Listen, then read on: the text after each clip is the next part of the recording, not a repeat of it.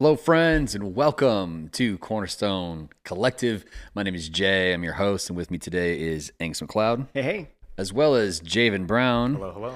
And we're jumping in this intersection of Christ and culture with the context of talking about the 7 C's. And those 7 C's are commitment, community, communication, competence, creativity, compassion, and celebration. Our first topic we're looking at today is commitment. I want to jump off with Psalm 51:10. It says, "Create in me a clean heart, O God, and renew a right spirit within me." We've been talking about this idea of jumping off at the beginning of the year with a commitment to Christ, and specifically a focus on our posture and our priorities. What do you guys think about the feedback about our posture with God and being humble to Him and not proud? I think it's really important because somebody's going to be king of your life, and the king is the one who makes the calls, and so you can use any number of analogies, but that's the reality. And so if you're not willing to humble yourself, then that means you're the one on the throne, and if you're the one on the throne, you're in competition with the true king, and from there. Wow. Yeah, that's good. Really good. Javen, how about you, man? I mean, yeah, for sure. Like the idea of humbling yourself is extremely important because a lot of times I think within like Western culture, people kind of use God as like a crutch to lean on. Like it's like a last Hail Mary kind of like you have nothing else left effort is like, okay, I'll try to get everything done by myself and do it like on my own strength, on my own accord, according to my own agenda. And then as soon as I really have nothing else to turn to, I'll finally pray. I'll finally like just give some sort of effort to God, when in reality it should be the other way around, that you go to Him first before you try to do anything like that. It's good feedback. I love that. We were talking about this concept that it's because of our pride, and pride can look more than just being boastful and being very pompous and kind of puffed up.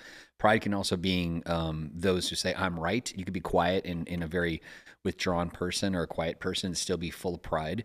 And being someone who says, I'm not going to forgive because I'm right. I'm not going to do this because I'm right. I'm not going to trust God because of this reason. And so it's our pride that keeps us out of His holy presence and actually keeps us back, and He would keep us back to protect us from His holiness and His judgment against us. And so it says how it's the pride that comes before the fall. It's our pride that keeps us away from His presence, and essentially the position of anointing that which would pour out upon us in that way. So something definitely pivotal for us to kind of talk about and focus on at the beginning of the year, and connecting that idea to our priorities.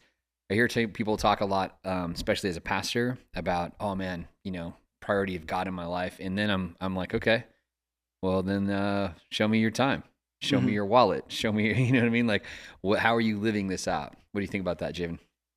I know that's definitely true, because if you center your life around God, and in truth, everything that you do needs to have some sort of reflection of you giving back to God in that way. Even our youth pastor, Pastor Josiah, once talked about it as like being able to to tithe of your time to the Lord. Because a lot of times we think about just giving money to the church and like going towards projects of advancing the kingdom, and then that's all the effort that you really have. But in reality, you need to be able to kind of put aside your own desires and own needs and really focus in on the Lord and give Him all of your time and commitment. Even if it's like during your work, just doing it to the best of your ability and like being that example of Christ to other people around you, that's still like tithing of your time, and also getting in your word, praying, things like that every single day. And especially as we enter into this season of prayer and fasting, that's like a super important thing to kind of keep in mind. Yeah, I agree with that. I would also add to that, in addition to the new year, I also hear that at youth camp and at kids camp a lot. There's this recommitment and all of that. And it's very much the church answer that I want that. And that's great. I mean, it's great to have that desire. But Right. what I always recommend people, my follow-up to that is, what does that look like? Right. What are your markers? How do you know that you're closer to God? Right. Because it forces you to then figure out what that begins to look like. Sure. Because then what a lot of people have is, well, I'm going to spend an hour a day in prayer and an hour a day in the Bible. And then it's like, whoa, remember what happens when you go to the gym and you work out too hard? Same thing happens spiritually and with the Lord, as you get so tired and you realize, oh, I missed this time, and then you feel bad. And so set reasonable goals and actionable things in your life that you can actually do. And so I think that that's a great thing. Just make sure that you're you know what you're going to do and what that looks like, so you know when to celebrate. It's a good point. I know we talked about SMART goals and about that process of getting into things. And I think that's very much in alignment with what you're sharing is that, if we're going to be those who start these new habits and get into these new priority sets, then we need to be people who challenge the things that we're already doing with our time and our talent and make that be something that, to Javen's point, that we're making a priority for us and align with what you're saying with the goals where it's not, oh, I'm going to do, 3 hours today. Okay, why don't you start out where you're at and do your 10 minutes and do your 10 minutes consistently, and you'll have a hunger to do more. But if your goal is just a lower goal that you're able to hit consistently, then it will build into something more significant.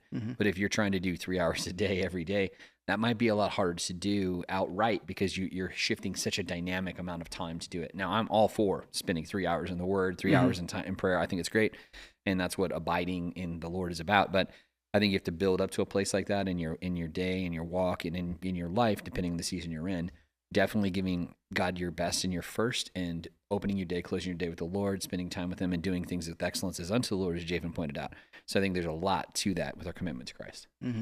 Shifting gears a little bit, hey, we want to talk about this idea, which has been brought up to me a lot, and I think you guys have seen a lot on the internet. It started to really kind of be like a spar in Christianity, where they're talking about Freemasons and their connectivity to dark spiritual things.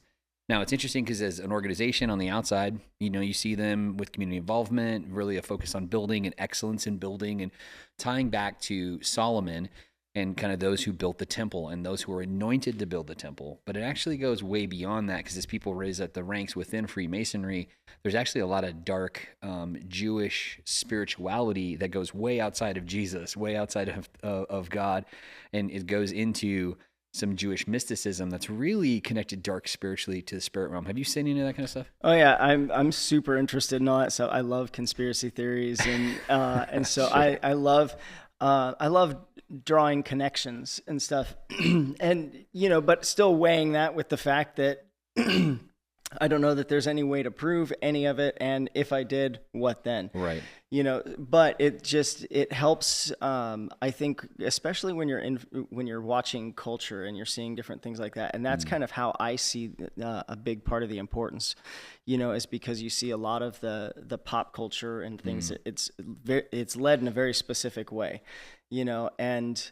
When the last time humanity got together and all started saying and doing the same thing all at once, God had a reaction, and Sure, and Tower of Babel, yeah. so same thing here when you start to see the news and the celebrities and everybody's all saying the same words, you have to look at that and see what's the connection, and then from there is a lot that goes deeper and darker, and you can spend a lot of time on that. Oh, definitely. Jay, what do you think, man? The Freemason stuff, you paid attention to it all? That the Illuminati kind of ties in with popular culture? I mean, a little bit in terms of like secret governments and things like that. Especially tied into definitely more of like the entertainment industry and things like that. I've heard testimonies of people online, like working in the music industry, like intentionally not accepting contracts because they felt like they were selling their soul in order to do it, and that they weren't allowed to say Christ's name in anything that they brought up because it had that much power within their own music. Interesting. And even within like fashion industries like Balenciaga, like there's like a lot of super dark, really man. weird stuff behind that. Yeah, and like how one of their leading, I think, executives behind it is like supposedly a witch within like the satanic church or something. Right. So I mean, yeah, definitely there is like a very real presence of some of that. I don't know how far the extent of it actually goes into like everything that we experience kind of in a day-to-day life, but it is definitely interesting to think kind of in like a trickle down kind of theory of how that would apply to most of the things that we interact with. Yeah, and I'll say this. I think for the lower levels of stuff, I think a lot of people get into Freemasonry because it's an active thing that happens today. The reference for that is actually my grandfather was a Mason because my family came from pipe fitter welders, blue-collar people. A lot of people in the blue-collar stuff, especially those in hierarchy of leadership, tend to get involved with things like Masons because it's seen as camaraderie, it's seen as belonging. It's like essentially a gentleman's club and that kind of thought process, but it goes beyond that. And there's secret things that they do that are spiritually inclined and aligned in that way that don't have to do with Jesus. And it's interesting because he had a Masonic Bible. So there's elements of it that are supposed to be like, oh no, we're tied to God. And obviously Solomon, who was connected to God and those things. But in reading his Masonic Bible to actually level up is where he actually came to Christ in his own walk with God. Now, he had some kind of a history to it, but he realized by actually reading the words himself in the gospel, this was way away from one thing. And he left being a Mason as he was active in his life, still working, still involved with the people around him. And that can definitely affect what levels you're able to get to and all those things, because the people around him in the organization were guys that were higher ups in other places. It was very interesting to see how intertwined these things were. So I think for the most part, from my understanding of it, and obviously it's pretty opaque, similar to what you guys were saying, is that there is a spiritual element to those organizations that have to do with something dark spiritually. And it's away from God, away from obviously the sacrifice of Jesus. And there's actually more false sacrifices and things like that they do that are symbolic, that are actually go in alignment with other things and other religions, where it'd be more like Hinduism or more like that, things like that, where they're making sacrifices to other deities. And it's to get wisdom, get favor, get wealth, things like that. So very, very interesting. Obviously, there's a lot of people online that talk about the interconnected of this and Illuminati. They tie the Illuminati like to the ancient Illuminati, who were essentially very much against Christ. Those were people who were influential in France and other places in history within Europe.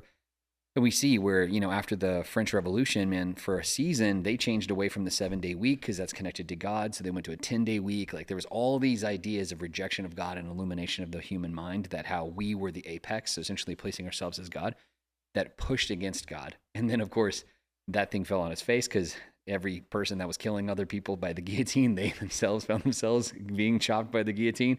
And then with the flip of that, and seeing Napoleon come to power and all the other different things, it went right back, because he was more of a Catholic thing and he was anointed by the Pope to be the emperor, et cetera, et cetera. So it really changed back the other direction, but within the Catholic Church.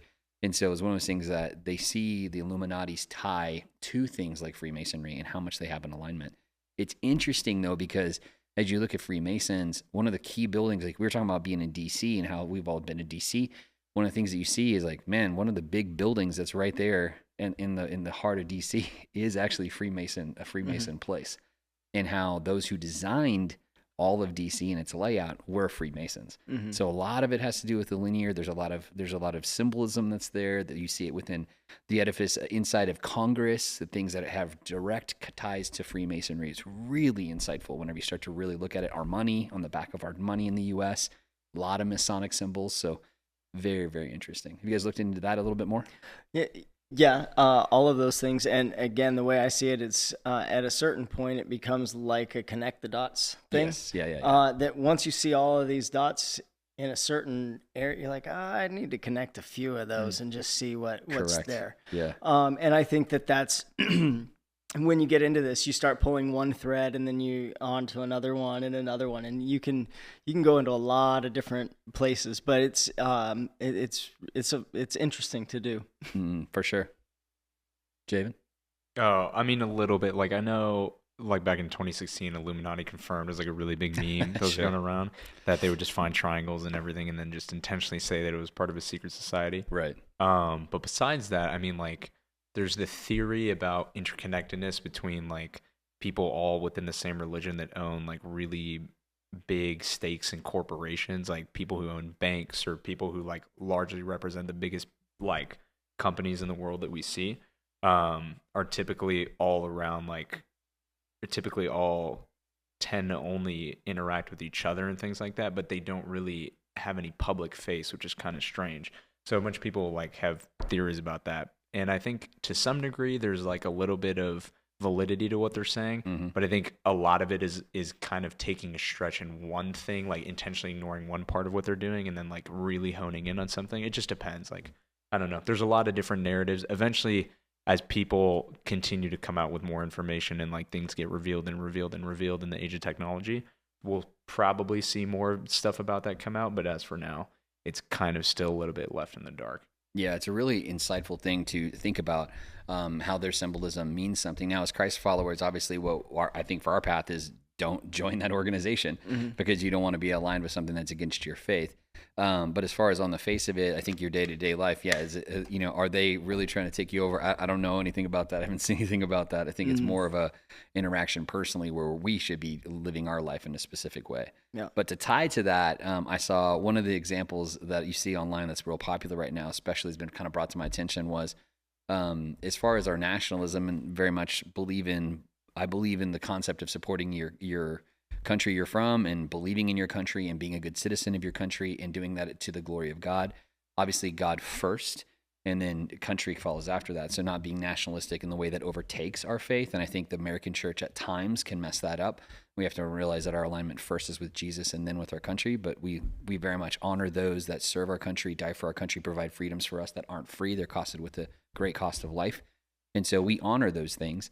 But one of the symbols of our country is the Statue of Liberty. And one of the things that's kind of been tied to is how much similarities there are between the Statue of Liberty and these famous statues of Satan. Have you seen that, of Lucifer's statue? Yeah, the light bringer, the light exactly. bearer. Yeah. What do you think about that? I think it's interesting. I don't necessarily understand the significance of, they all believe that there's power in exactly where those things are placed and all of that. So, but on the other side, I will say, having gone to a place, in Nepal and all of that, where when you go past a temple, it's just a building, but you can really feel the spiritual forces at work there. That are housed inside that building. Yeah. Now, when I went to the Statue of Liberty, I did not feel the same way as I did when I was in front of a Hindu temple. Right. However, at that same time, I was also not a believer. So I put that out there too. I haven't heard of any stories of any of our brothers and sisters who've gone to the Statue of Liberty and felt like they, or come back under any sort of oppression. For sure, or anything I haven't like heard that either, yeah. But so I say all that to say that there is power, and there can be power in places and all of that. It's just what sort of things have been done to give it power. Interesting. It's definitely, it was a gift that was made by Freemasons, French Freemasons, given to, and it's right on the plaques that are there at the base of the thing. So there was obviously some intentionality in how it was done and what it is. Obviously, I think it's under the guise of something else. So if they meant to do that and kind of hide it, then maybe they did that with their purposes. But from our perspective, we've always seen it as kind of a symbol of a beacon of the light of who our country strives to be, which is the concept of trying to be those who are free and ruled in that way of looking out for each other. So that's the concept, obviously, that we cling to as Americans. But it's interesting that it might mean more than that. Javen, have you seen that at all? Have you seen those pieces on social media and reels and things like that? No, honestly, I'm pretty disconnected from all that. Like, the only thing I really get is like top level conspiracies about like some tragic event that happened, whether it be like the sinking of the Titanic or like 9/11 or like the reason that we really went over to like Iraq or Afghanistan, stuff like that. But besides that, no, I don't really have ties in any like nationalistic symbols. I haven't seen any of that. Yeah, interesting. One of the things that happened recently in the news that we saw was a person who's an internet person on YouTube and on Twitter. They were kind of doing some sleuthing, and they're from Minnesota, and they uncovered all these people that have been taking funds from the government for essentially, and they've been doing that for daycares in Minnesota.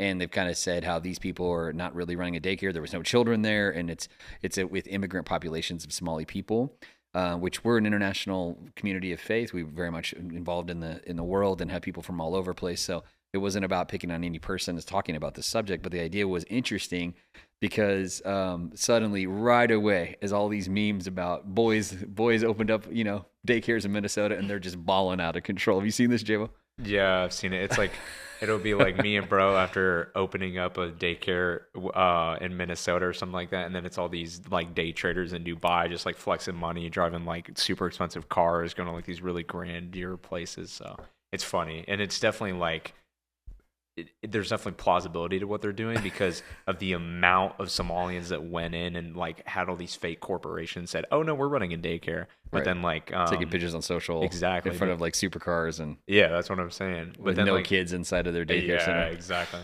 So it's definitely really shady. It's crazy, gangs. Did you see it? Check it out. Yeah, I have seen it, and it's ridiculous, but it's also very sad too. For sure. Just to see that, that's what all of us are paying for. And so it's heartbreaking to see that there's the abuse, because there are people who genuinely need that kind of help and assistance and things like that. I know, having 4 kids, that childcare is so expensive. Yes. And important. Yeah. At one point, in fact, it was cheaper for me to not work than it was to work. So for me to stay home with the kids, made more financial sense for our family.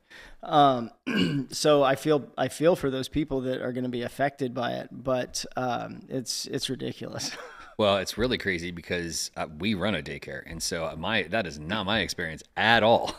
And there's lots of oversight, and there are lots of regulations with the state and federal stuff you have to be in alignment with, and there's ratios of how many teachers to every child, and all sorts of stuff, and the way that you have to have things cleaned, and this amount. Like you'll get dinged. They'll obviously come and do assessments, and that's something they do regularly and come through. The fire department comes through. The fire marshal checks all of our stuff every year, and all these other things. So I'm like, man, how are these people getting away with this crazy stuff? But it's clearly that they didn't have any follow up the way we have here in Arizona. So whereas we have all this stuff, and people, we've got dinged in the past where it's like in our kitchen area, using too much bleach in our water. So it's a bleach water mix, and we were like over the level by just a little bit, but it's like, oh, it's too strong. Your bleach is too strong. It's like, well, we're cleaning everything. No, it's all real clean. It's just too strong. So you have to have it, and you're like, okay, so everything's very specific. So when I'm hearing this, I was like, dude, what is going on over there? Yeah. And it's like, how is that happening? Correct. Because again, I've been the one who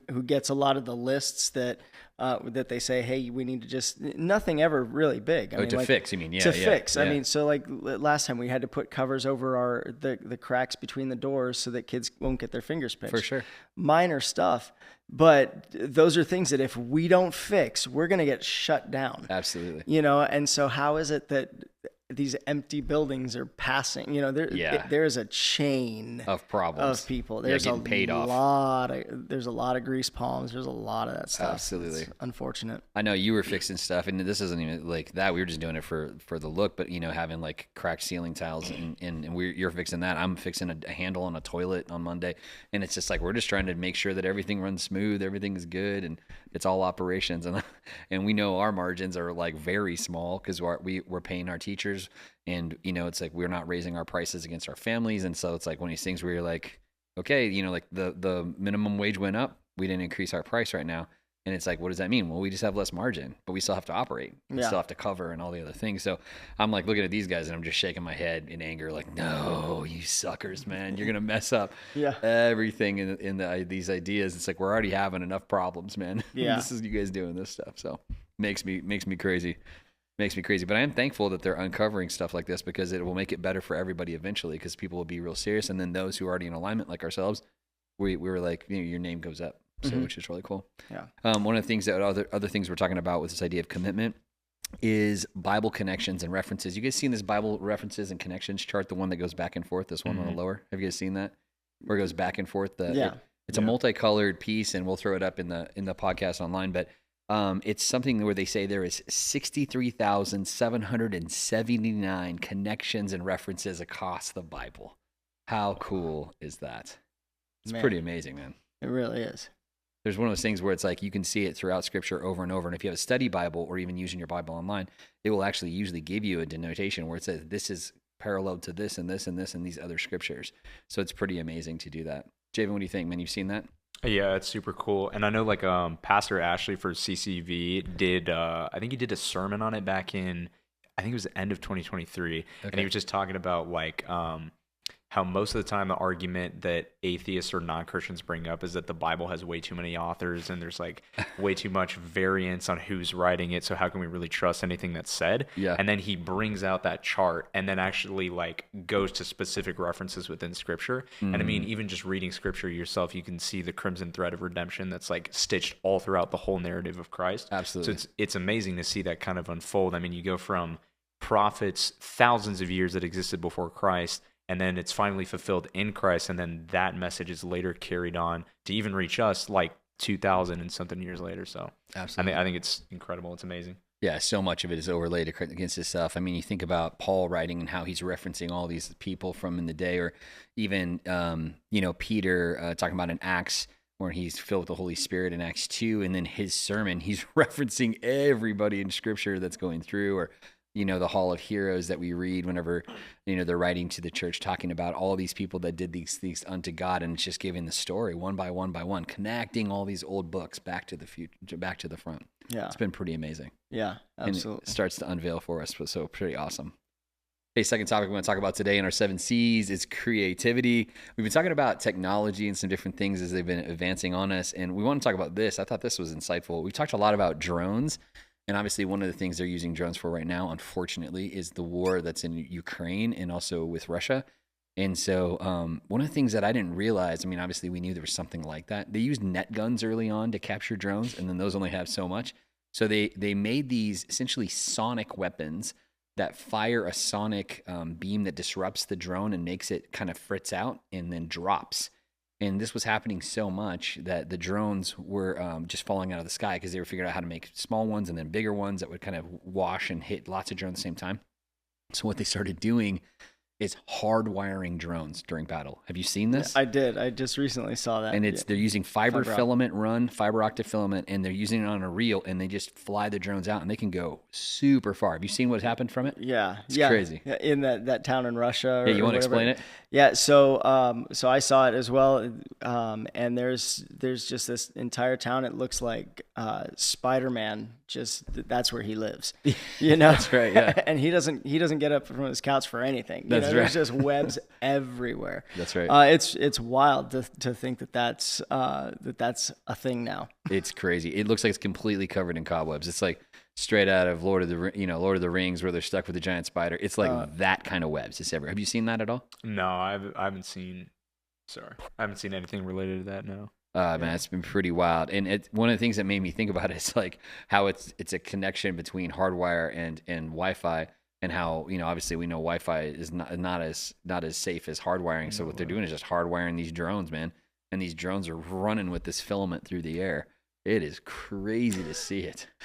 I just picture in the future, if Amazon starts doing that, it'd be like drone fishing. You just catch one of the filaments and pull it down for whatever. Yeah, well, that was part of, I think, their design issue, was that they were saying that for that very reason, because people were talking about targeting drones to steal what's inside. Mm-hmm. So that's why they keep them up for the most part and then just drop a basket below. Some of them are landing and dropping it and flying back up, but others of them are actually dropping it from on high and dropping it down. I've actually seen people that are getting fast food delivered that way. So Grubhub is doing it. I know like other people are already doing it. I think Uber Eats is doing it, where they have these, they fly in, they hover, they drop a basket, the basket opens up clamshell style and drops down your food already sitting on the ground. So it just kind of opens the bottom, and then it just pulls the basket away, pulls up back up to the thing, and the thing stays way up in the air.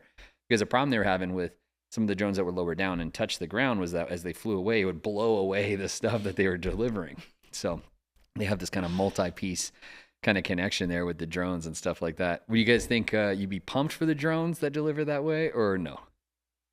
It is kind of cool to live in Back to the Future times, but sure. But at the same time, there's a lot of things that come with that. There's noise pollution and security. What else is on the drones and those kinds of things? But I'm pretty skeptical about a lot of things. Okay, Javen, what's your take, man? What do you think? You live on the 6th floor of a building, yeah. So I mean, are you? You don't really have access, or do you think they're going to put a thing where it's outside your window where it can just drop there? I mean, like probably not for dormitories for college, but like definitely within urban cities where you have like really big high-rise apartments that go to something like the 20th, 30th, 40th floor or something ridiculous like Sure. that. It would make a lot of sense for them to start implementing drones like that. But if you have a ton of them running around at the same time, that also creates like almost a second layer of air traffic. Absolutely. That's kind of an issue. And it just depends on like who's controlling the drones at like what point do we send them out? Is there like a time schedule that they all need to operate on? Mm-hmm. But I'm not opposed to getting my food delivered as long as it just doesn't drop it from like 50 feet in the air and my food like explodes. Then I think we're okay. But I personally don't care.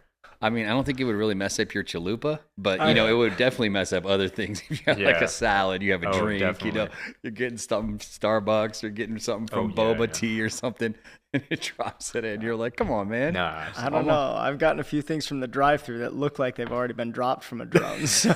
People in the back just shaking them up. Yeah. That's hilarious. Javen and I were watching with his sisters and Celeste. We were watching these British guys reacting to eating American food, which was actually very entertaining. And we were laughing about that. And they're like, man, some of the things they really like, because their taste palates are different culture to culture.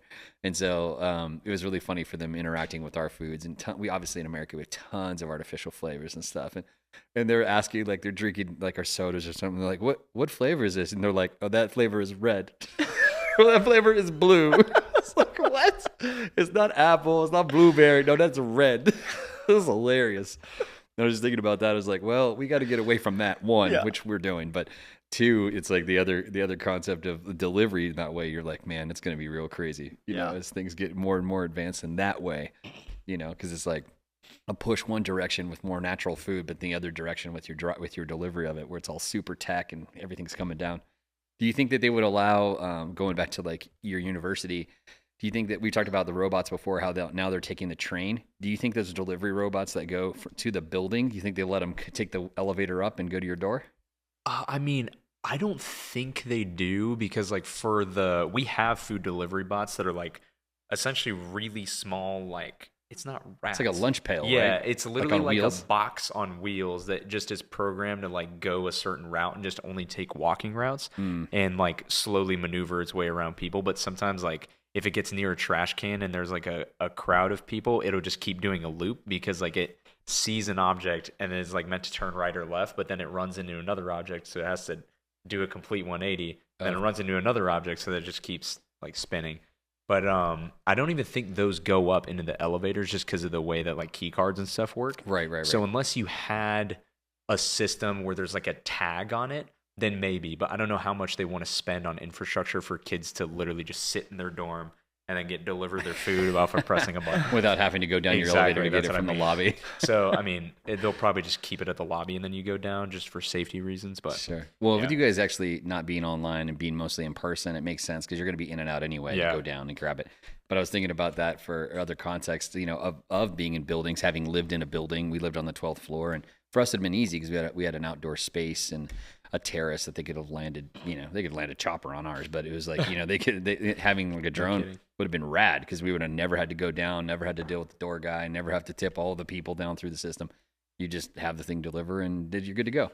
At the same time, brings us into the next side of it, which is Andrill, which is somebody, Palmer Luckey. He's a guy who runs Andrill, and he's a genius billionaire. But he's talking about how the threat of AI drones and the escalation with the U.S. and China and other people, how because of the escalation in drones and AI tech, how we actually need to scale up what we're doing. He's the guy that's using drones with thermal and LiDAR and cameras that go and they track you down and then they blow up. So I'm like, great. Yeah, those are scary. Super scary. So I'm like, okay, if they can get the food to you, they definitely can get in proximity to go bang, which is a crazy threat. Crazy threat. I'm interested to see, you know, obviously we love beautiful architecture. I love that kind of stuff. In the Southwest, it's an interesting place. I mean, our country's not very old. Our state's not very old. We're only a little over 100 years. Lots of the stuff that we built originally, all torn down, and essentially we build with wood here, so we don't even do brick here. So I mean you can go right through stucco pretty clean, man, if you have some velocity. So I was thinking about that.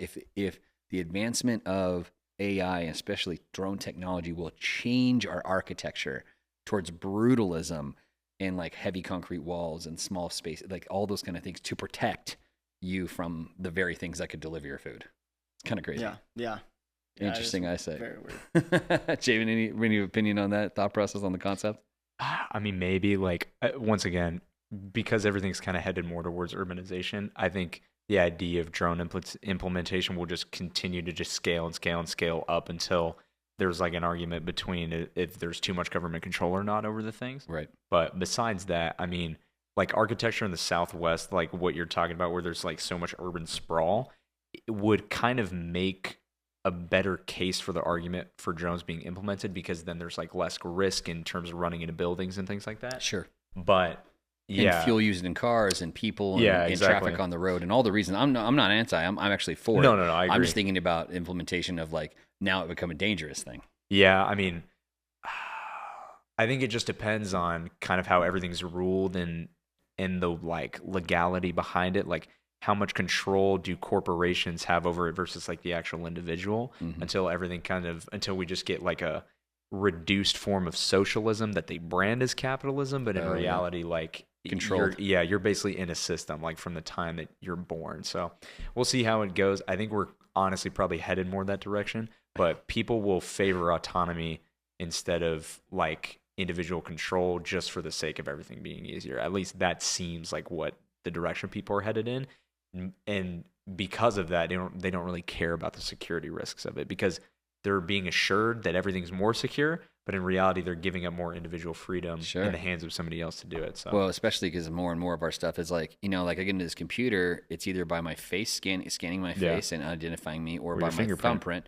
So it's like you got your biohacking information. Exactly. So he does that with the heat registration of who you are, and I'm pretty sure they could plug and play that into a flying disc towards you. So interesting. Well, and then you've got people who aren't necessarily connected to big corporations or anything that just rig their drones redneck style. Exactly. With all kinds of things. That's what I mean. And those are hilarious and funny, but also very terrifying because because as technology gets cheaper, that's right. It's going to be in the hands of more people. That's right. For people who have duct tape as their solution.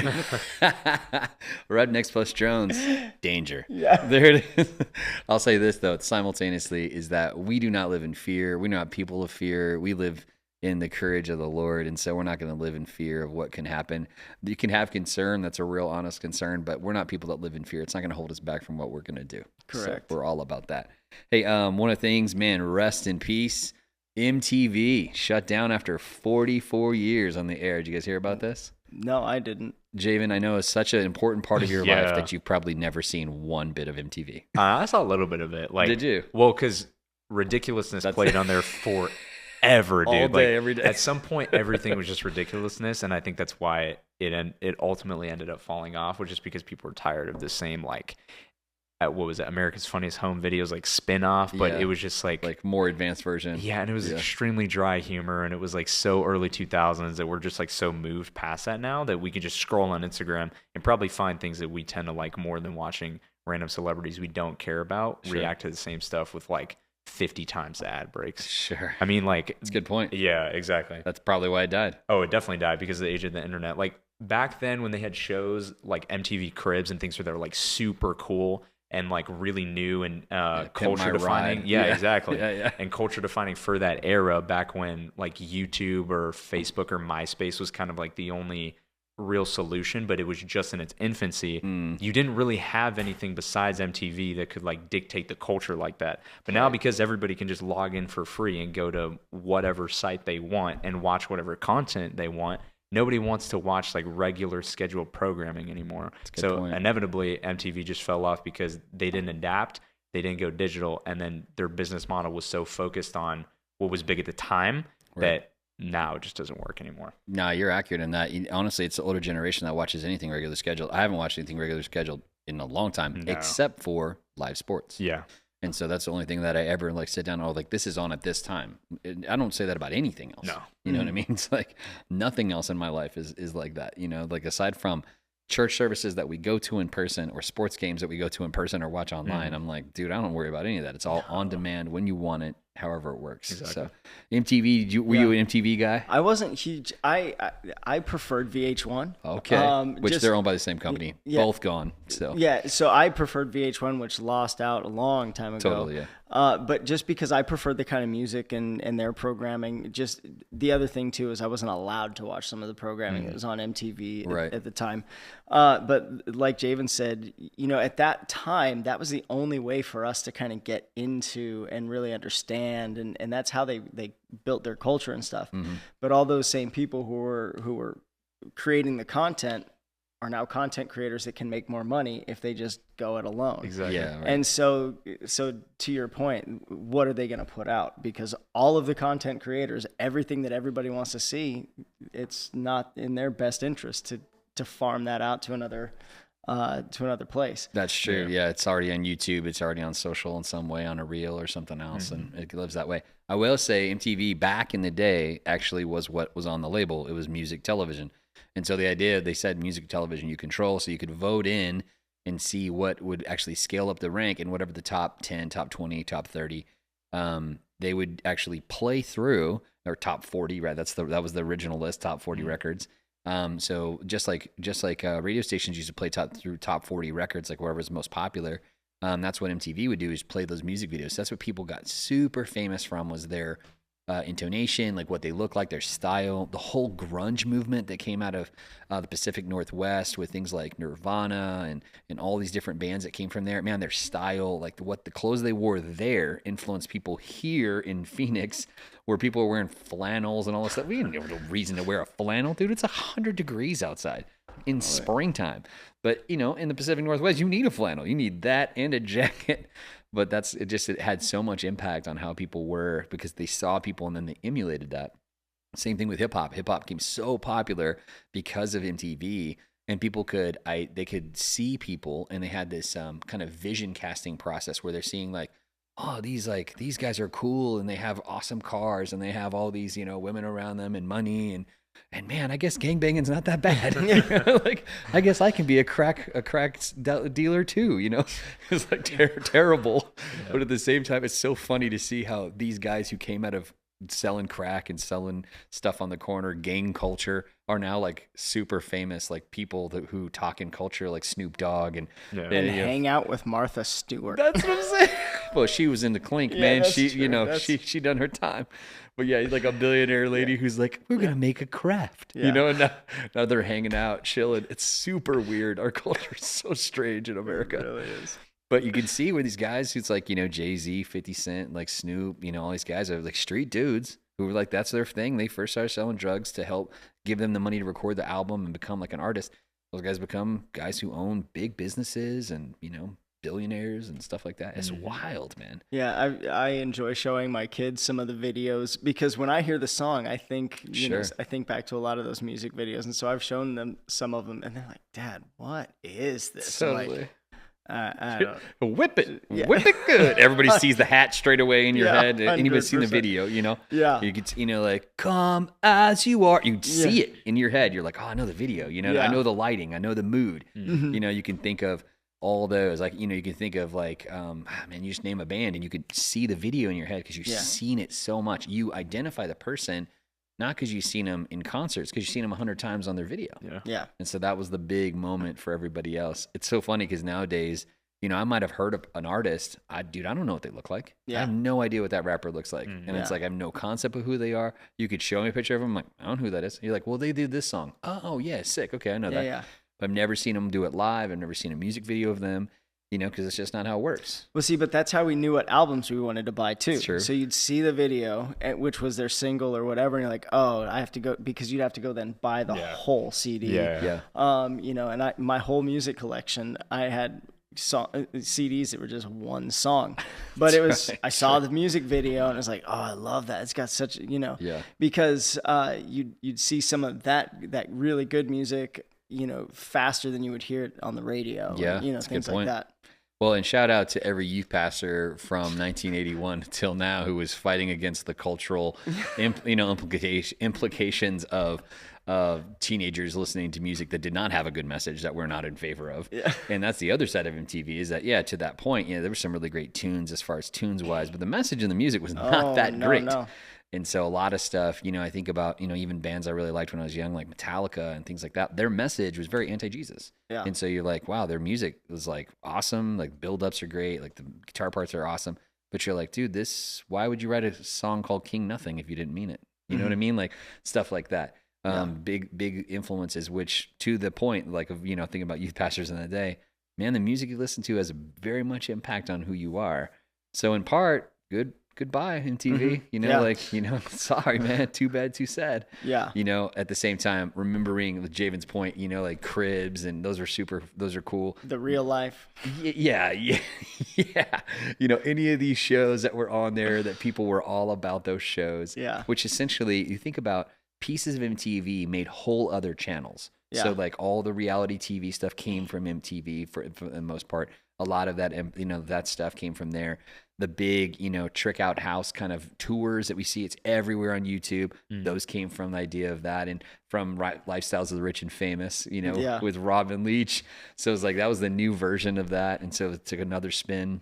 You think of Pimp My Ride and all the modification car shows that are on now because they took one version of that and kind of spun it up crazy. But man, all that's super popular because of that influence. So really interesting to see it's gone. Yeah. I think they did a pretty good outro the way they did it. I think the last thing they played was Bye Bye Bye. Wow. That was the last song that they played. The Bye Bye Bye. And then, so pretty interesting. It's like, all right. Because their first song they ever played was Video Killed the Radio Star, which is like famous. So it's kind of cool to see the other end of that. Hey, I don't know if you guys know, but CES is happening right now in Vegas. That's the Consumer Electronics Show. And so, man, it is popping. Every new thing that's out, it is packed with robots. Have you guys seen any of it? Any of the highlights? I haven't seen any of the highlights. I love the stuff that comes out at CES. I love seeing videos and different people who get to go to see that, man. There's a lot of really cool innovation that comes out there. That was pretty rad. Javen, you seen anything that's coming out at CES? No, I haven't seen any of it. Man, so there's a bunch of new, obviously they promote phones. A lot of people do like car concepts and things like that. One of the cool, tons of robots this year. We'll get into that in a minute. One of the cool things I saw was a kind of a step between. It's a massaging chair that's also AI. So it takes you through all these different phases and kind of learns what you like. But it looks like a transformer. You sit in it and it like moves you around. So it's encapsulating one of those. Once you sit in, that fully wraps around your arms and legs, but it kind of like has you once you're in it. It's almost like Hulk armor or something, like you're Iron Man. Yeah. And it's literally, one of them is painted with Iron Man red and yellow. This was really in sci-fi. I was like, whoa. But it's like moving you around. Essentially, that sounds incredible. You're trained in this stuff. It was wild to watch it. I was like, this is crazy, man. Seeing these guys. That sounds incredible. It looked dope. I'm sure it's going to cost like a gajillion dollars. Oh, yeah. But pretty interesting. Until they add the Terminator function, then the price then it's going to be in every home in America. Oh no. That's right. Yeah, if they don't like what you're doing, they just keep you trapped in your chair and the cops come. Or it just takes you out. I'll say this: they had so many robots being revealed, and it's like every single one. So some of the ones that Javen's talking about, Arizona is kind of one of those places because we have good weather majority of the year. But though it be hot, it's not windy and rainy and all the other things they have to fight in other places. So they're running them here early compared to other places. I know Dallas just got a bunch of them too. They're like, oh, drones are delivering stuff. I'm like, old news. Yeah, we've had it a long time. Yep. But they're rolling all the new versions of them. Man, the new humanoid robots are wild. They can turn around and their bodies can spin around where they can work both sides of themselves, and it's very crazy. Another thing I saw that they kind of used at CES as an example was that there's been something that's been working for, I think it's 10 months at the BMW plant, 10-hour shifts, and just been working at a plant, like making car parts. And it just shows the machine, it shows the robot just doing it all day long for 10 hours at a day. Wow. Making car parts. So the whole time they're open, this machine running, it's a person station, and they're just doing the job. I was like, oh. And your job, deleted. Your job, deleted. I was like, oh no. Yeah. Been pretty talking crazy about that. 100%. Another one of those creativity thing was fast food and how it's changing. Obviously, as people who own fast food places very much fight against minimum wage going up because that's the thing they can't change. So they can, it changes the price on the food. So we've seen the escalation of like the dollar menu doesn't really exist anymore.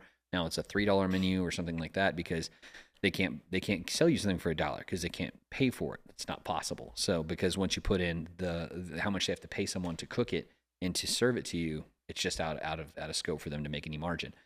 One of the things I just saw, which is already happening, is Taco Bell is using, you guys know how you do a drive up to a bank and it has the tubes that deliver the little thing? They are doing that with your food, no human interaction. And there's like 4 or 5 lanes, and you roll up and you have your deal, beep, put in your number, whatever it is, the thing just sets it down and gives it to you. Wow. So you're not sure who's making your chalupa, Wow. but you're getting it from nobody. Yeah. So it's just in there. Wow. What's your thoughts on that, Javo? You pro that idea? Oh yeah, definitely. Like I think for the delivery method of how it's given to me, I really don't care. For something like Taco Bell, where everything is kind of compressible anyway, it's not that big of a deal. Right. Whereas if you go to a spot like In-N-Out or Cane's, where like the whole like allure behind it is it being fresh or it being like done in a way that Yeah. like you can stack like a 4x4 or something. Sure. That fitting through a tube seems a little bit less likely or more concerning. If I were to get a whole box combo through a tube, I'd be like looking at each individual tender that comes down through the tube, and I'd be like, yeah. But no, I think like as long as you take the proper precautions, everything's sanitized correctly, and there's actually like real humans making the food, then it's not really that big of an issue. So Do you care that real humans make the food?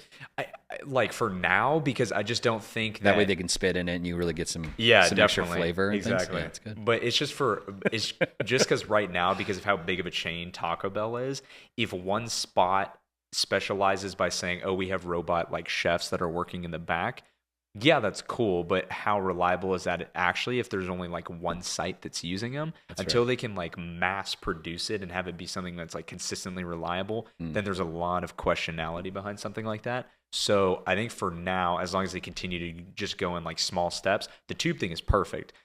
Once they actually like refine something that's like a robot chef, or like they're able to just automate the food making process, then it's a completely different conversation. I'm interested to see how they do drinks. The one I saw, they picked up just food. They didn't have a drink, so it was just a bag. And so they rolled over and just got a bag out and went this other way. And he showed the other line that had the normal drive-through with people, and it was like backed up. And then this guy just rolled through this other way and was super fast. So I'm like, I don't know if they can do drinks in there or not. I'm not sure. I'm sure they'll figure it out. Well, the way I would see the drinks is you've seen those the cups that they fill at Totally. venues. Drops it and then it fills it up fills itself. from the bottom. Oh, But yeah, I I've seen mean that too. that kind of a thing. If it popped out and then fills from the bottom there, all you have to do is from your pickup point.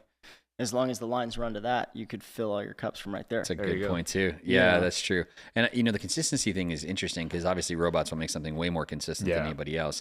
I mean, a 16-year-old is not as consistent as a robot. No way. And so I think I see where they're coming from, where it's like they're trying to watch their bottom line and actually make it, that is their price point in the market. They're not trying to be like a quick place. They're trying to be fast food. They're trying to give you the food and have you go and have it. Whereas like a sit down place, even like a casual place, they're going to have a much more bigger margin. It's about having a server. It's about having a table. That's not what fast food is. And delivery is not that either. No. So I think more and more is going to lean this direction. It's going to be really interesting because it's already happening. So very, very insightful. Yeah. All right. Third thing we talk about is competence. We do this often, and we talk about some things that can help us in our growth personally. The first thing is talking about this idea of the book Win the Day. It's by Mark Batterson and some pretty insightful stuff. We've talked about so far with this idea of kiss the wave, means owning your past or your past will own you, meaning essentially the way that you go into and past to something is to go through it and not try to avoid it. Talk about eating the frog, which is a concept meaning that doing something that you don't want to do first thing and getting it off your plate so you don't have to worry about it anymore, which makes sense. Talk about imagine unborn tomorrows, meaning having a vision for the future that hasn't arrived yet.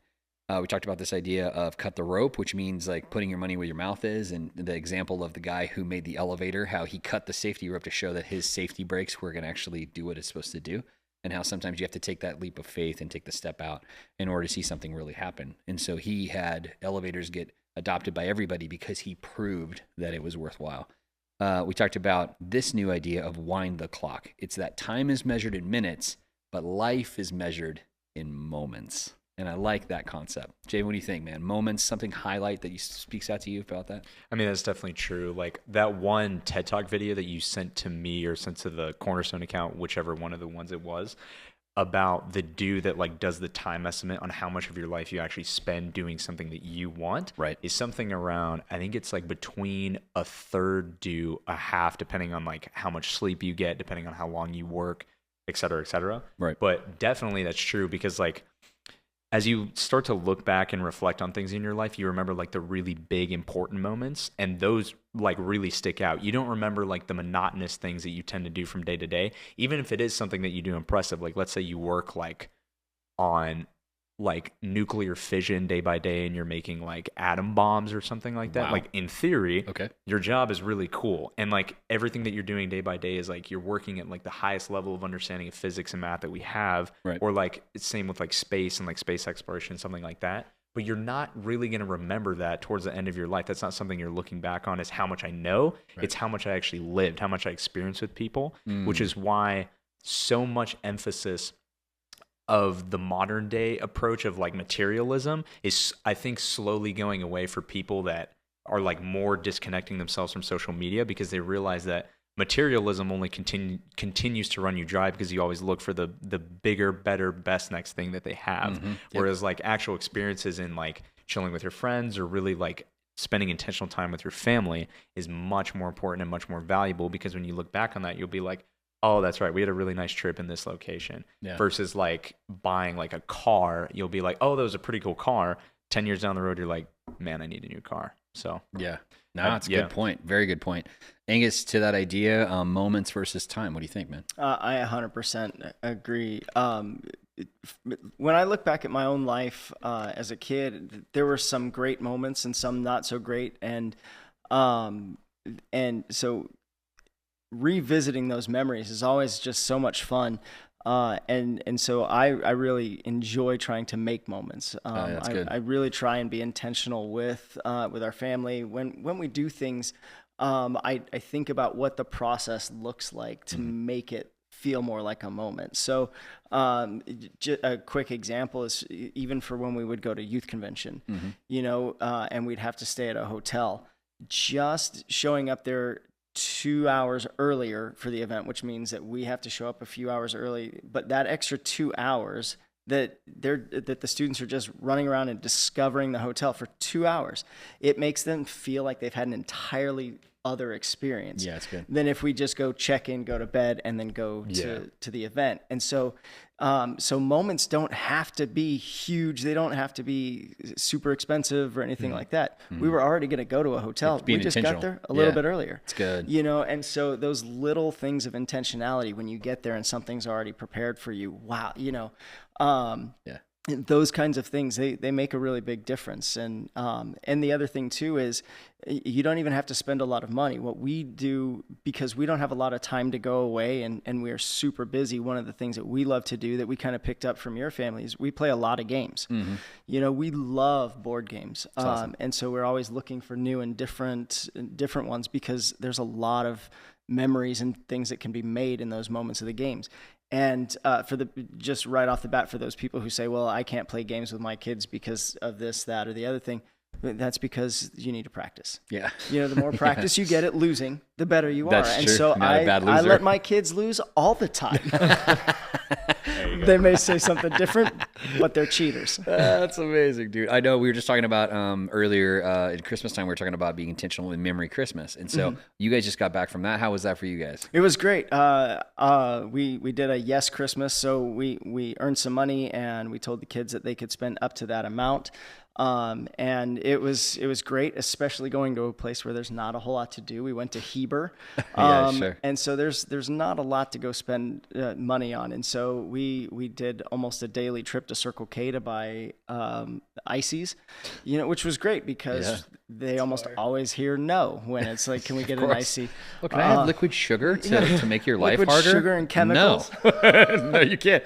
What flavor is it? Blue. Yeah. That's right. That's right. We went to the movie theater and they asked for popcorn and this and that, and it was just yes. That's awesome. And it was That's really sick. cool. That's cool. There's a little go-kart place up in Sholo right up there that's got go-karts and mini golf, and so we went and did those kinds of things, and it was absolutely freezing. That's crazy. All of those things. Did they beat you at mini golf? Annie won. Oh, congrats, Annie. Shout out to you. Yeah. I was in second place, but I stopped counting at a few of the holes. Yeah, I got you. I didn't mean to derail you. Keep going. No, so we did we played a lot of games just in the spot. We went up for snow and there was no snow. Right. And so that happens a lot too when you're trying to make moments and you have a plan and you think it's all going to go a certain way and it doesn't. So like the whole reason we went up there was for snow. and it wasn't any of that. Yeah. So finding other things and just being flexible and all of that, it was really cool. That's awesome. So we came back and So good memory. I feel we made a lot of different memories. That's awesome, man. And it's not just about the time you spent; it's about the memory you made. Because they're not going to remember like how much hours or where you were there. They're going to remember this was the memory I had about it. Yeah. So that's super rad.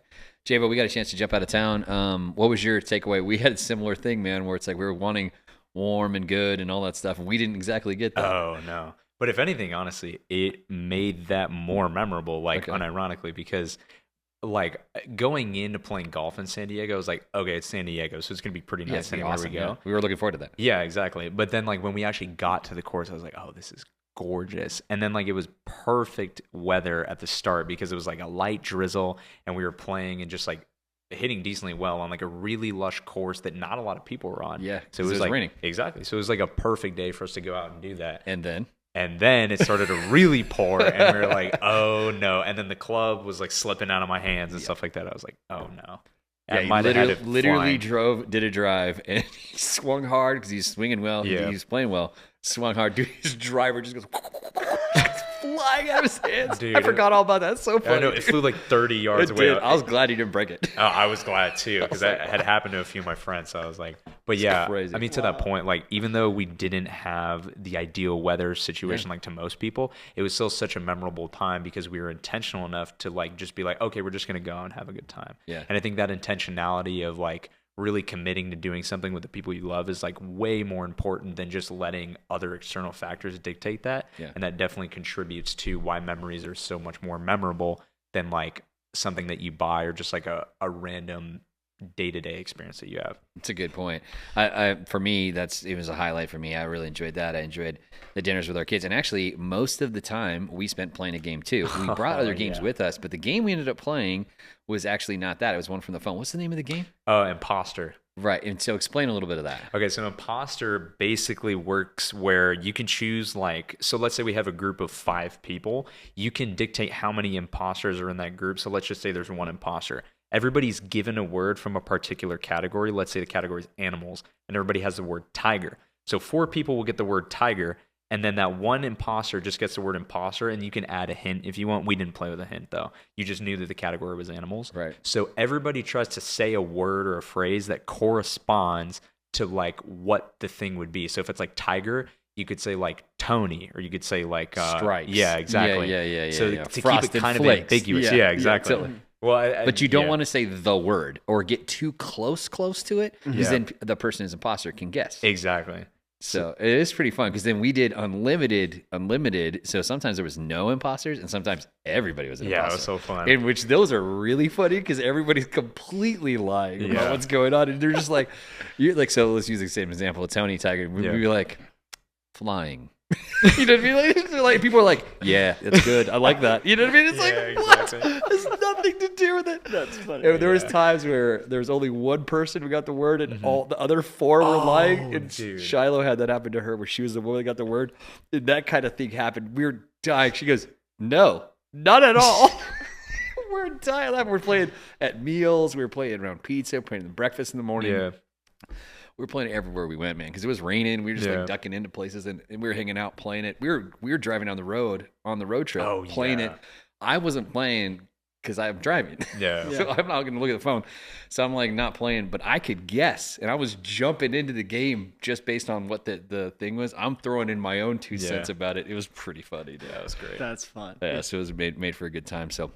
Always a good idea. Think about the moments in your life and let those be something as a highlight for you. And I would say, to Angus's point, engineer moments in your life, especially with your family and friends, that make more sense and actually be something that's what you invest towards, because that's the thing that you're really going to remember anyway. So one of the things that you hit on that we love is playing games that go past just the table. Right.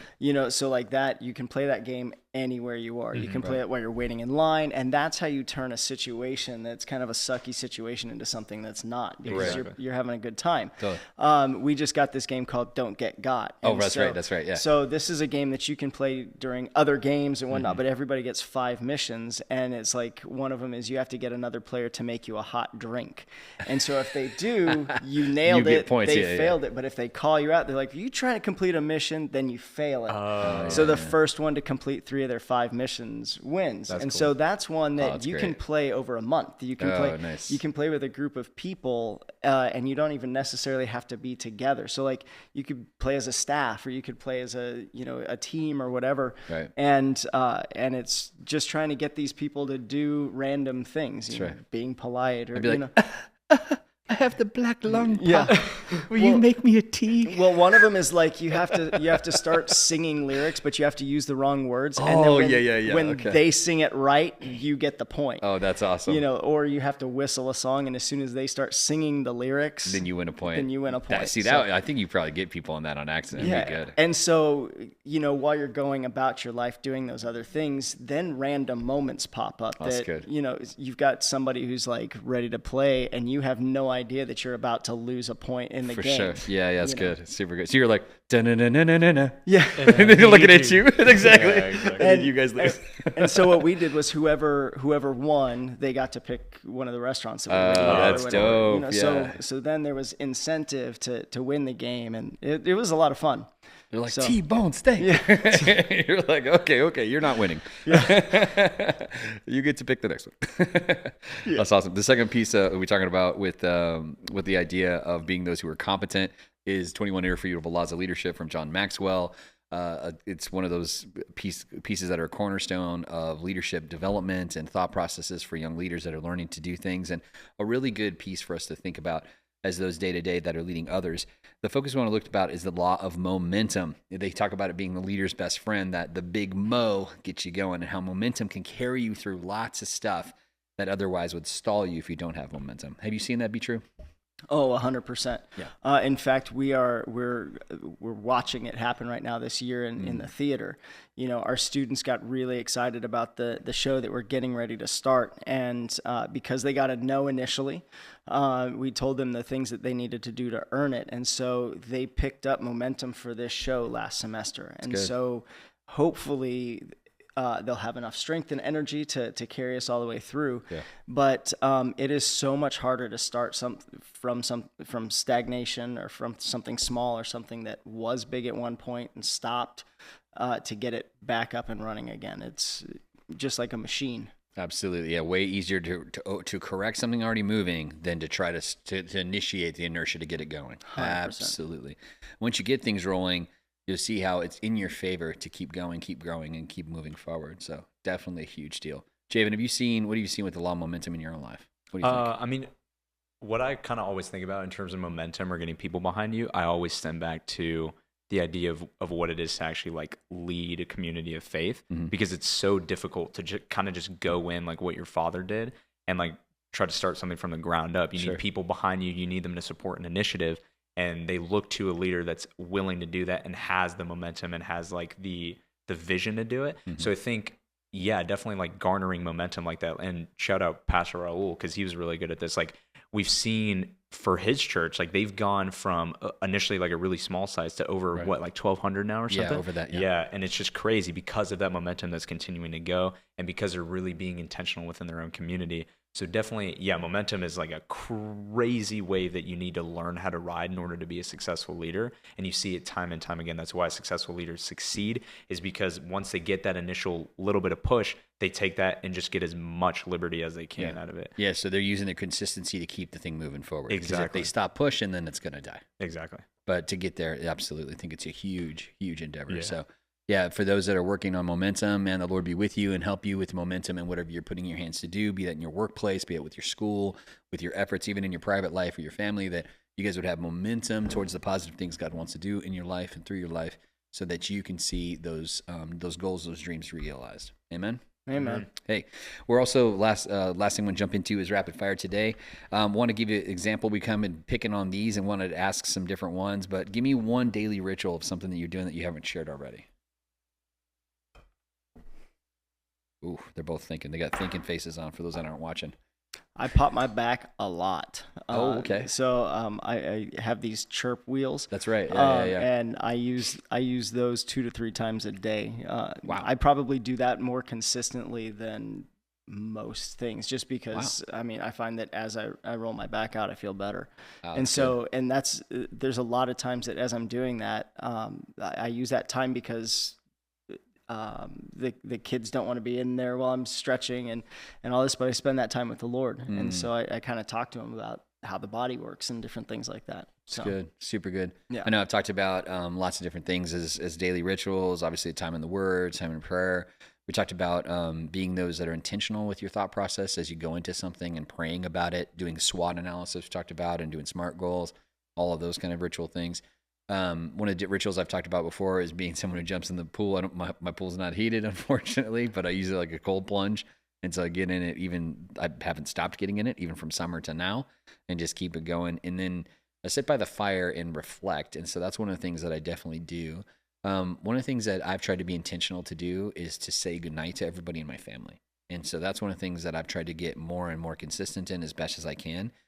It's easy to do the, what do they say, Irish goodbye, where you just slip out and go do your own thing. Mm-hmm. But I think by trying to be intentional, then it's one more touch point in the day to say goodnight to my sons, goodnight to my daughters, goodnight to my wife, and try to be intentional in that way. So that's something that I do value and that I do miss whenever someone doesn't say goodnight. I'm like, oh man, they didn't get a good night. You know what I mean? Like you feel like you're not slighted, but you know what I mean? Like you just missed out on something. Yeah. So Javan, any example of a ritual? I mean, I think for me, besides like the Lord's Prayer in like getting up in the morning, like before you either step out or like go to drive somewhere. Yep. I think I would say at some point I always end up in some sort of reflection at the end of the day, whether that be in the shower, driving home from something, or if I'm just sitting at my desk decompressing. I always end up thinking for like a solid 20 to 30 minutes just about something in my head and something that like has really been on my mind, or just about like an interaction in the day that I thought was really meaningful or like intentional that the Lord had me go through, like meeting a certain person or like connecting back with somebody that I hadn't talked to in like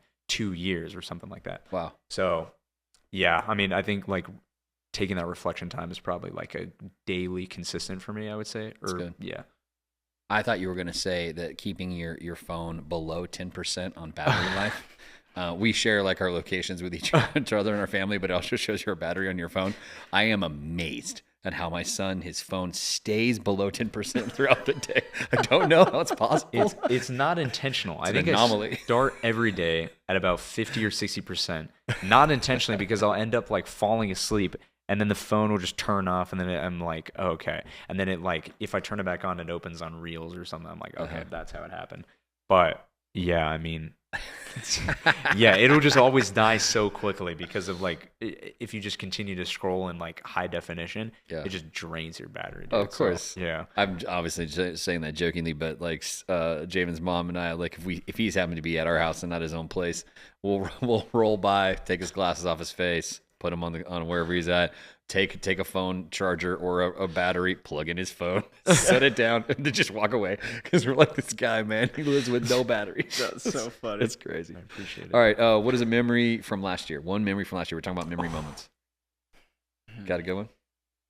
I can lead out if you guys need me to lead out. Go ahead. Yeah. So for me, I think one of my moments that I really enjoyed, I flashed on it this week, which was when we were in summer. We were in Colombia. And in Bogota, we were there, and it was a group of young people in the room. I thought about it a couple times this week where we were in the group of young people, and they were just worshiping the Lord. We're worshiping in Spanish. It's a powerful move, and they're really energetic about responding to the message. I thought that they were going to like lose attention, like for American audience, like we were doing, 3-hour service, and then, like we were like, dude, this is so long. And me and Raul were like, dude, I think we're losing momentum with these guys. Nope, pumped up, man, ready to go, like totally fine. Afterwards, hanging out for another half an hour. Yep. We were baffled, but I thought about that and the hunger in those young people in Colombia. it was a moment this year that I just flashed on this week. I don't know why. I mean, obviously a lot of my highlights is family and church here and other things, but specifically outside of my normal context, that's one of the things that was a memory from this year. I'd say similar when there's all the family things and everything, but what really stood out was the trip to Nepal. Because it was a life-changing trip for me, because it made me realize that that there are people that live the movie that we talk about in the American church. So you know, the spiritual darkness and things that we talk about and that we know are real up here. They fight against every day. And sitting in basically an orphanage, listening to these kids play just to a single guitar and worship, man, it still gets me. It's one of the most beautiful things I've ever heard in my life. Outside of my children's voices, you know, that kind of thing. It was it really touched me in a deep level. That's awesome. You know, I don't know why I thought of this, but I thought about the pastor that we ran into the last day that we were there. We were touring it with the pastor, and we rock up. This pastor's awesome, man. He's like, she said, the missionary we were working with, she's like, oh, this pastor is actually very in tune with the young generation, and the church is growing really well. They've actually outgrown their space. He's really doing something really good here and powerful, and he's really in tune with like what's going on in the West. And I was like, wow, that's pretty impressive. You know, because a lot of people we ran into, we're more on the traditional side of Nepal and kind of a different style or older style. This is a younger guy. Suits and all that. Yeah, I rock up. What was he wearing? He looked exactly like Pastor Jay. I think they were both wearing white tennis shoes, a jean jacket, jeans. We took pictures of it because it was incredible, because it was the Nepalese Pastor Jay. Dude, we were wearing the exact same outfit. It made me laugh so hard. And as soon as he saw me, he had a big old smile. He's a handsome guy, more handsome than me, unfortunately. But it was a really handsome dude. And he's just like, he walks up and I was like, man, he wore it better. But it was awesome, dude. We had a good connect. We were able to bless him in their church, which was super cool. But man, that was so funny. I just thought about that now. I was like, dude, he rocked the same out. We're like literally all the way around the world from each other. It was wearing wild. the same outfit, same fit. Yeah. He's in the mountains of Nepal, or the foothills of Nepal outside of Kathmandu, and you know, we're out here in Greater Phoenix, and it was just making me laugh. I was like, well, dressed the exact same. Thank you, Lord. Appreciate you. Now I got a brother out there somewhere across the world. So, Javan, what about you, man? Something that jumps out to you, favorite memory? Man, there was a lot that happened for me this year. Yeah, huge markers. I mean, just a whole bunch of stuff, like from month to month to month, like probably from, I would say, like March to probably August. I went through like a whole slew of stuff, just like back to back to back. But yes, you did. That South America trip really was so pivotal and was like such an amazing trip, because, I mean, even for me growing up across the world, we'd experienced like a ton of different cultures, but just like kind of like what you're talking about, the hunger and like the raw authenticity of what they're chasing in South America is just like beautiful to witness. Like, yes, it is. When we were in Chile with Pastor Moises and like, and he prayed over me, that was a really powerful moment, even within my own life. And I was like, dude, this is like, like you definitely feel the Holy Spirit moving in that building. It was incredible. So I mean, like the whole duration of that trip, it just stands out. Like there's not like a single part of that trip that I don't look back on like fondly, except maybe the 3 a.m. wake ups, but that's beside the point.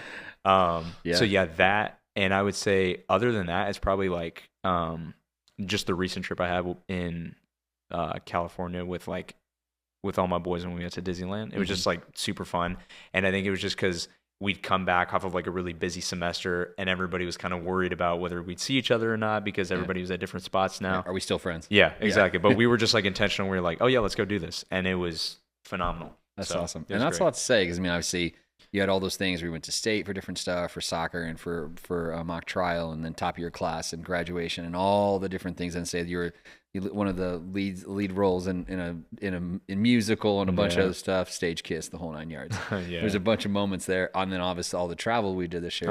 Tons of travel, tons of stuff, man. So a lot of moments, but I think it's those moments. So I'm right in board with that connection back to what Batterson was writing about. All right, give me an example of one time that you showed up for others this year. I can give you tons of examples of how you showed up for me this year, Angus. I'll tell you this. I'm going to brag on Angus. How about we do that? I'll say this. I'm going to brag on Angus in this, that he's somebody who will go above and beyond for other people, and he does a lot of things that are outside of him and caring for others. He consistently cooks for our senior brunch. He cooks for other things that we do. He problem shoots. He was just talking about problem shooting stuff for Sea Kids. It's not something he gets paid to do. He just goes and jumps in to do it to help the mission of God. And jumps in for a lot of stuff here. Him and I ended up cutting and trimming all of our trees and getting into it, which is a whole nother thing. But man, just how you show up in those moments, man, and with a good attitude. I appreciate that about you. Well, thank you. I enjoy doing it. We've talked about it before. It's a whole lot different when you're doing something for the Lord than when you're doing it for man. So praise the Lord. Yeah. I'll say for me, I think cutting time out of my life to be with those who are preparing to get married was probably one of those things where I could see where I was trying to show up for others intentionally. Obviously, we do things and serve on all sorts of different places that go above and beyond even our roles with the church or daycare or the community center we have with Mercy House. And we, above that, the way that Angus goes and picks up food there, the way we go and do problem shoot other things and do these big expansive deals. Those are all great, and those are all like outward focused. People can see us doing that stuff. But I think in showing up consistency to walk with couples through premarital counseling, saving your marriage before it starts, Symbis, and the Parrots, they put out a really good piece of information and a series of things that really help people as a tool to getting in the relationship to goes towards marriage. So much so that we've been doing that with people that they've been living together for years, have kids together, have houses together and everything, but they're getting in their life with alignment with Christ, which is to be married together and not just live together and sleep together, but to be married, to be in the right standing with God. So they're doing that.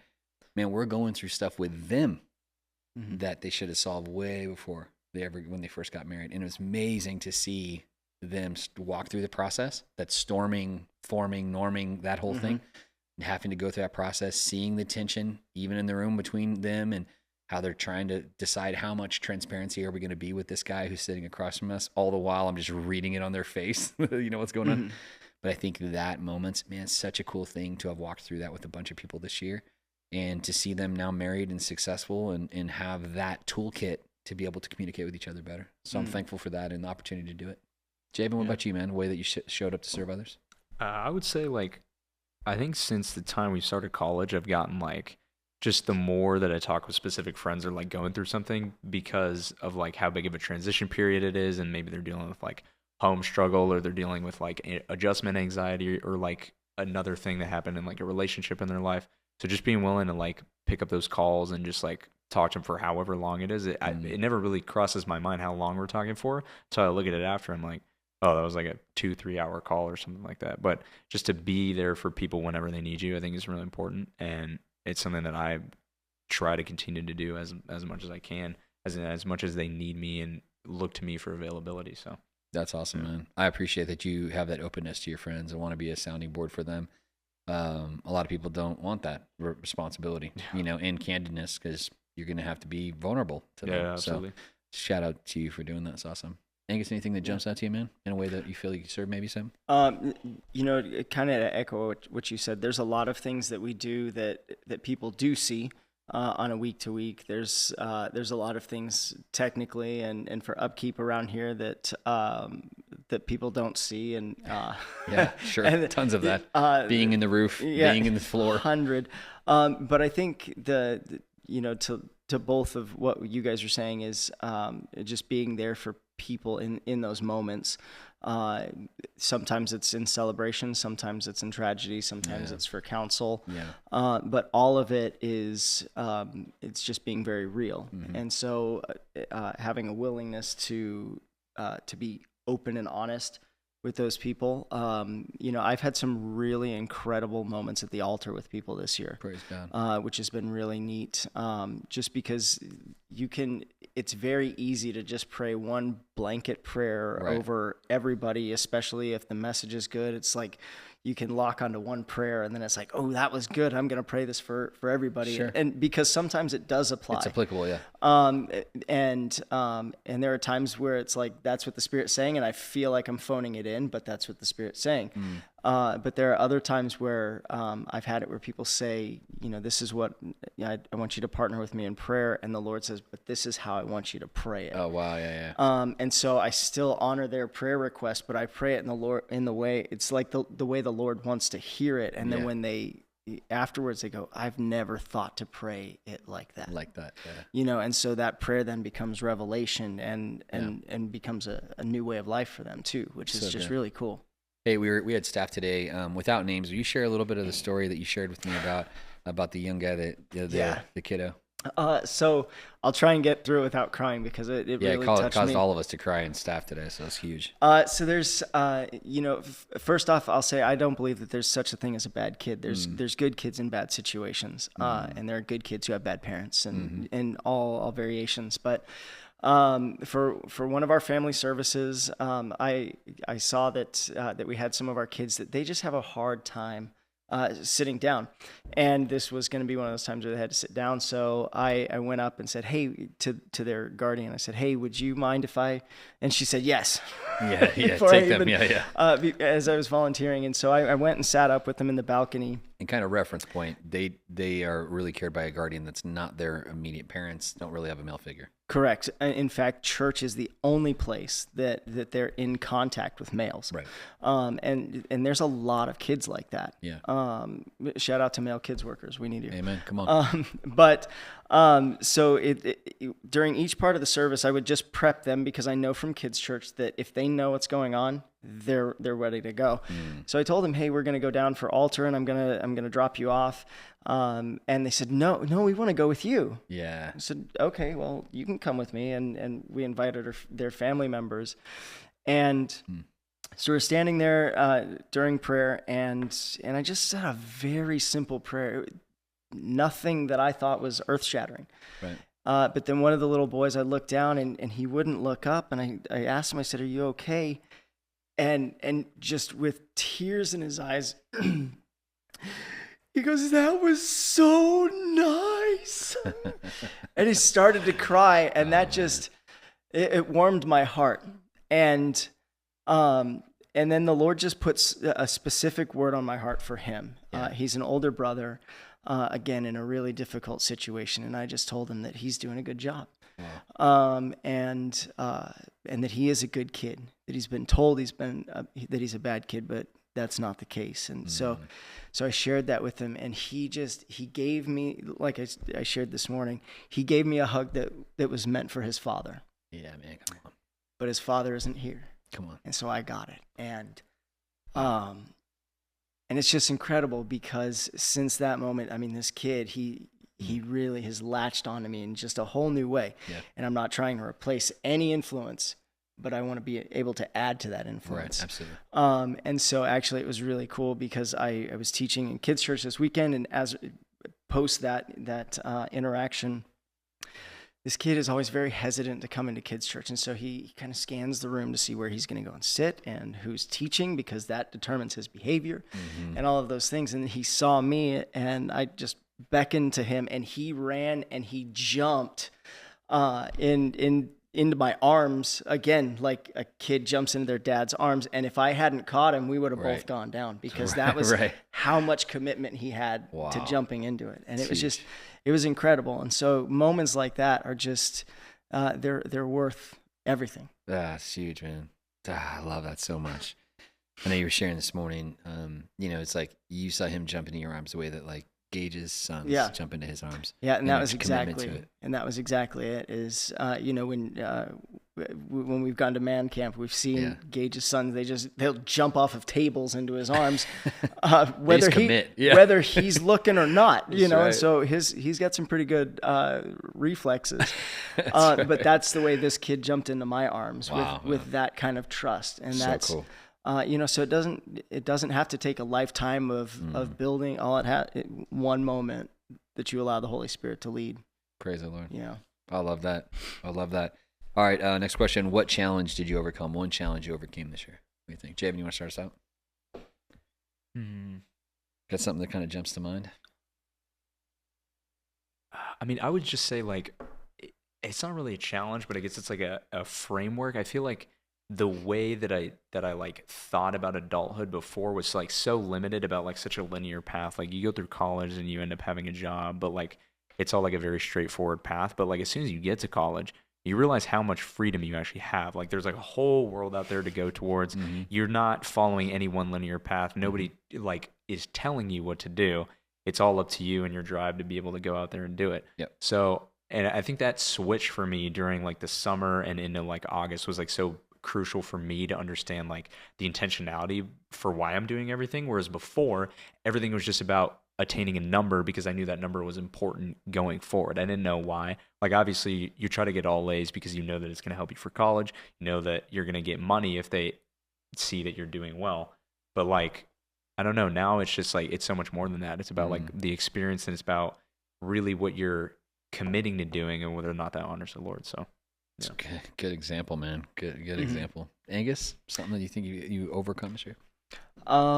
There's a lot of things that are in process. Amen. To me too. I'm really trying to think. There's nothing that I can think of that I really overcame this year. I overcame staying away from sugar. That's the opposite of probably what we want to do. I also overcame that. Unfortunately, I'm trying to regress from overcoming that. You know, we set lots of little goals and things to accomplish, but there's a few things that I'm working on overcoming, and so I'm still in process on some of those things. It's really good. But those are larger things that are, you know, take years to undo and those kinds of things. Yeah, amen to that. No, and I think that's true. I think in process, I think that's exactly that. I think for me, the thing that I overcome was really understanding. I think I had this limiter on my own thought process of what was really possible, and I really started to overcome that by just some conversation, just by doing things that were way beyond what I thought my bandwidth was possible for. And if you're not careful, you'll burn doing that if you run for a long time. But I feel like it is possible within short bursts to do lots of stuff. And I'm just like, man, wow, you really can accomplish a lot if you really put your heart and your mind to it and see something happen. And I mean that in a positive way, where it's like, you know, not by my own strength. I mean, relying on the Lord and walking in the path that He has for us, but to see some really great things happen. Where I was like, man, I overcame that doubt in my own mind is the real thing that I felt like there was in my own mentality, there was a level up. And I'm thankful for that. It really changed my own. And when I find myself regressing, I'm like, no. That's not how that is.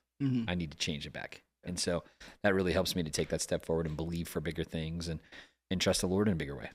So what I will say is one thing that is in process that is kind of the opposite of you and that I'm working on, and that's how to relax and how to take time.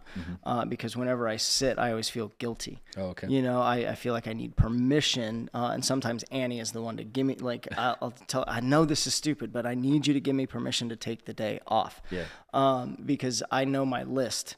And so that's one of the things that's in process is that I'm trying to be okay with the fact that not everything is always done. Right. And that it is okay to take time to rest even when you still have the list. Yeah. It's almost like the Lord told you to do it.